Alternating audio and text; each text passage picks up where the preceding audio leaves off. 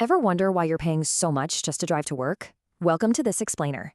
If you want to efficiently manage your toll accounts and keep a good chunk of change in your pocket, you are in the exact right place. Today, we're totally decoding the mechanics and the economics of modern digital toll accounts. We'll be walking through a step-by-step guide on how to actually navigate and add money to your ExpressToll account online. We're covering the whole shebang from the ground up, so whether you're a complete beginner or a seasoned commuter, you're going to get some real practical value out of this. Because, let's be real, the days of slowing down, rolling down your window, and frantically tossing coins into a plastic bucket, totally gone.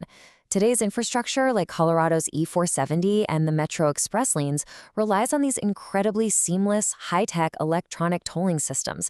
It's super convenient, absolutely, but here's the catch. If you don't know how to manage your digital account efficiently, you are literally leaving serious money on the table. Okay, let's dive right into this. Here is our roadmap for today.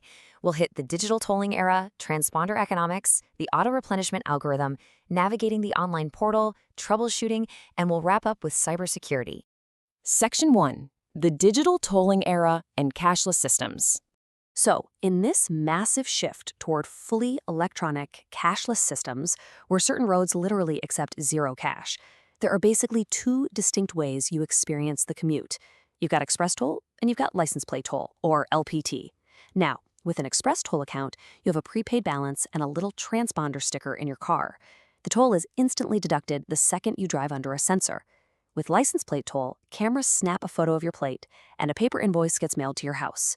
One method is proactive, the other is reactive, and as we're about to see, one is way more expensive.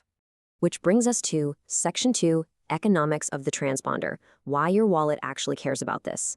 The data from Toll Guru brilliantly illustrates exactly why this matters. Just look at the E470 mainline. A standard two-axle vehicle pays $2.60 with ExpressToll, but $4.20 with license plate toll. And it gets crazier. On the I-25 North off-peak segments, it's $1.50 versus a whopping $5. You're looking at a massive 35 to over 40% in cost savings simply by having an active, properly funded prepaid account. Basically, the administrative costs of tracking you down and mailing you an invoice get passed directly on to the LPT driver.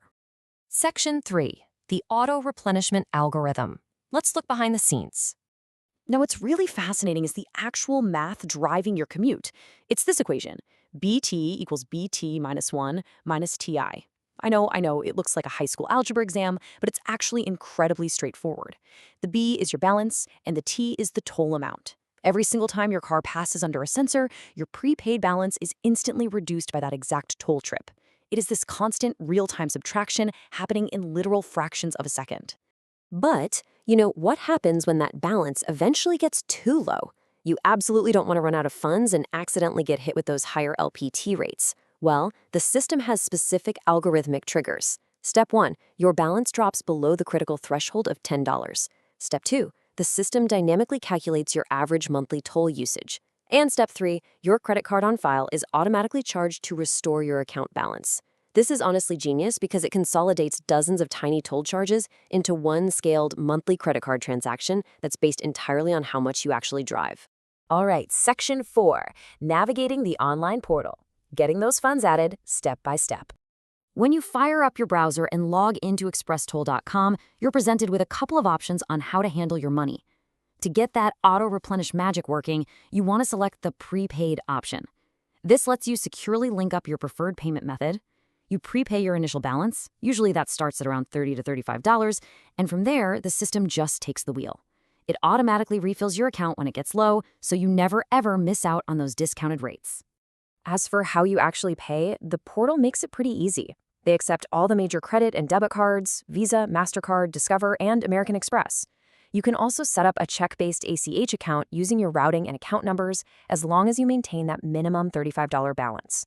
Getting these payment methods set up correctly from the jump is absolutely crucial. It completely prevents annoying administrative penalties, sudden system deactivations, or even worse, holds on your vehicle registration. Moving right along to Section 5, troubleshooting account issues, because things don't always go perfectly. The biggest hurdle people face is just knowing how to recover their account if they get locked out. Step 1 is standard enough. You reset your password using your email or account number. But what if you don't even remember your account number? Step 2 is where people always get stuck. You can recover it using your first and last name along with your license plate. But here is the trick, and you really need to remember this. You must enter your license plate with absolutely no spaces or dashes. The database search parameters are super strict, and if you format it with a space, it will just lock you out. And hey, if you've pulled your hair out over this, you are definitely not alone. Look at this real-world anecdote from Reddit user Tiffany Records, who posted, "I was having issues too. I ended up calling and they just reset something. Just annoying." It perfectly hits the nail on the head regarding user frustrations. Sometimes that self-service algorithm just fails, the database refuses to recognize your inputs, and you simply need human intervention. So if you hit a brick wall, do not just throw your hands up and leave your account unfunded. Call the ExpressToll Service Center directly. The number is 303-537-3470. This is your ultimate fail-safe for account lockouts, getting a broken transponder replaced, or if you just need a friendly customer service rep to manually push a payment through for you. And finally, Section 6, Cybersecurity on the Road, keeping your personal data locked down. The ExpressToll user agreement explicitly calls this out, so pay attention. You really need to enable multi-factor authentication, or MFA. By doing this, you add a crucial layer of security, like getting a quick SMS text or using an authenticator app before anyone can even peek at your dashboard. The agreement actually notes that failing to enable MFA poses risks that the authority assumes zero liability for. Also, be hyper-aware of phishing scams right now. Fake text messages claiming you owe phantom toll fees are spreading like wildfire. And just as a quick professional disclaimer for this guide, please ensure all your personal information is protected while online, and always contact ExpressToll customer service directly for any complex account issues that go beyond what we've covered here. Which leaves us with this final provocative thought to take away. Your commute is automated, but is your data protected? Setting up and managing your toll account online is incredibly efficient.